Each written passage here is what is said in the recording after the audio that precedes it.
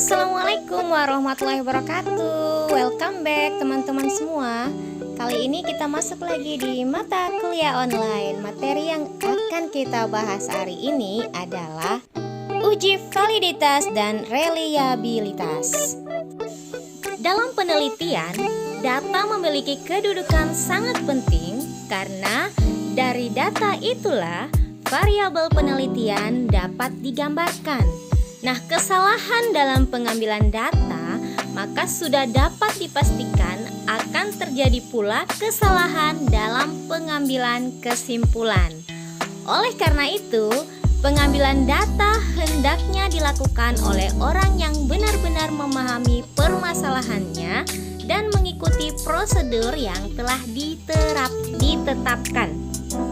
Nah, selain itu, untuk menjamin kualitas data yang dikumpulkannya, seorang peneliti harus terlebih dahulu memperoleh keyakinan bahwa instrumennya atau alat pengambil data memiliki validitas atau kesahihan dan reliabilitas atau keterandalan atau keterpercayaan yang memadai.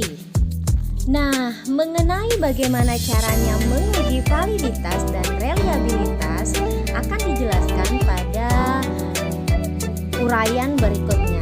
Nah, apabila peneliti tinggal menggunakan instrumen yang telah diakui validitas dan reliabilitasnya, maka peneliti tetap harus menginformasikan taraf validitas dan reliabilitasnya berdasarkan penelitian-penelitian sebelumnya atau berdasarkan konvensi-konvensi tertentu ya. Validitas itu terbagi menjadi dua, yaitu validitas internal dan validitas eksternal. Nah, kalau untuk reliabilitas di pertemuan kali ini kita akan membahas tentang pengertian reliabilitas dan cara-cara mengukur reliabilitas. Nah, validitas internal itu umumnya merupakan tujuan pertama dalam metode eksperimental. Nah, pertanyaan yang perlu dijawab adalah apakah treatment atau perlakuan eksperimental pada studi ini betul-betul dapat menimbulkan suatu perbedaan yang spesifik? Nah, kualitas validitas internal adalah yakin bahwa variabel terikat benar-benar ditentukan oleh variabel bebasnya. Nah, misalnya kita akan meneliti pengaruh pendekatan lingkungan terhadap hasil belajar mahasiswa.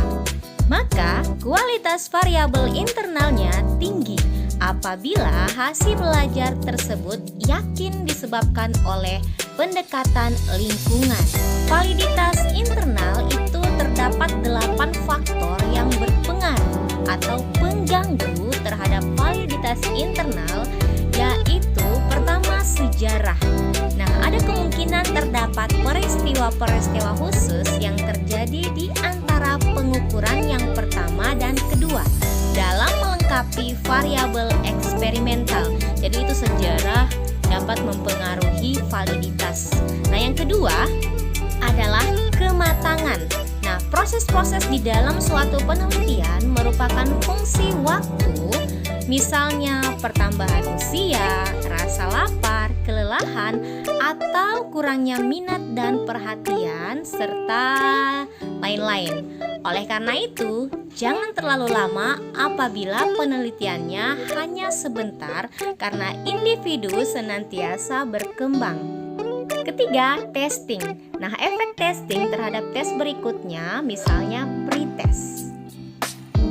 Keempat, instrumen. Nah, kesalahan dalam pengukuran mungkin disebabkan oleh kesalahan dalam pengkalibrasian instrumen atau kesalahan di dalam pengamatan atau penimbangan. Kelima adalah regresi statistik. Kemungkinan gejala yang terjadi pada kelompok yang telah diseleksi terdapat suatu skor yang ekstrim. Keenam, pemilihan sampel. Kesalahan pemilihan subjek yang akan dibandingkan dapat menghasilkan sesuatu yang bias. Ketujuh, kematian sampel.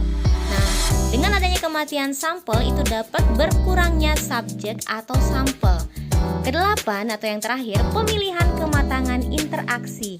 Misalnya, efek interaksi di antara variabel-variabel tersebut dapat menyebabkan kesalahan atau gangguan terhadap variabel-variabel eksperimen. Jadi, validitas internal ini merujuk pada adanya kesesuaian antara keseluruhan instrumen yang dibuat oleh peneliti dengan bagian-bagian dari instrumen tersebut ya. Bagian dari instrumen tersebut itu dapat berupa butir-butir soal atau dapat pula berupa faktor-faktornya. Nah, biasanya ini merupakan kumpulan dari butir-butir soal. Nah, karena pada pengujian ini hanya menganalisis keseluruhan instrumen dengan butir-butir dan faktor-faktor penyusun instrumen tersebut. Dengan kata lain, tidak melibatkan sumber lain yang letak atau keberadaannya di luar instrumen yang digunakan. Maka validitas yang diukur atau yang dihasilkan adalah validitas internal ya.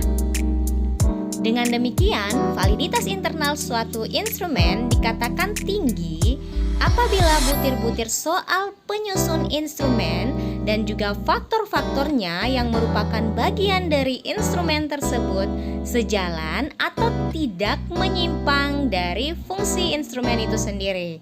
Nah, analisis butir dan analisis faktor biasanya dilakukan dengan mengkorelasikan nilai-nilai butir soal atau nilai-nilai faktor dengan nilai total instrumen. Dengan diperolehnya nilai koefisien korelasi setiap butir, maka peneliti akan dengan mudah menentukan butir soal mana yang validitas internalnya tinggi atau kurang. Demikian pula untuk faktor-faktornya. Jadi teman-teman harus bisa memahami maksud dari validitas internal. Selanjutnya, validitas eksternal. Nah, tujuan kedua dari metode eksperimental adalah validitas eksternal yang menanyakan seberapa representatifkah penemuan-penemuan penelitian dan seberapa besarkah hasil-hasilnya dapat digeneralisasikan terhadap subjek-subjek atau kondisi-kondisi yang sama. Nah, dari contoh penelitian di atas, apabila perlakuan tersebut diterapkan pada kelas lain yang memiliki subjek dan kondisi yang sama dengan hasil yang sama, maka validitas eksternalnya tinggi. Oleh karena itu, seorang peneliti haruslah memiliki teknik sampling dan populasi yang baik. Kesalahan dalam menentukan populasi dan sampling akan menyebabkan kesalahan di dalam penarikan kesimpulan. Untuk validitas eksternal, itu terdapat 4 faktor yang berpengaruh terhadap external validity, yaitu pertama, pengaruh interaksi seleksi yang bias dan variabel eksperimen. Kedua, pengaruh interaksi pretest. Subjek yang diberi pretest akan memberikan respon yang berbeda dengan subjek yang tidak diberi pretest. Ketiga, pengaruh reaktif. Dari prosedur eksperimental, pengaruh yang muncul dari setting eksperimental yang tidak akan terjadi pada setting non-eksperimental. Keempat, pengaruh interferensi perlakuan yang berulang-ulang. Menggunakan perlakuan yang berulang-ulang terhadap subjek yang sama akan berpengaruh terhadap perlakuan berikutnya. Nah, ini karena pengaruh yang terdahulu tidak dapat dihilangkan. Nah, validitas eksternal ini merujuk pada data yang dihasilkan oleh suatu instrumen sesuai dengan informasi atau keterangan dari sumber lain yang terkait dengan variabel penelitian yang dimaksud.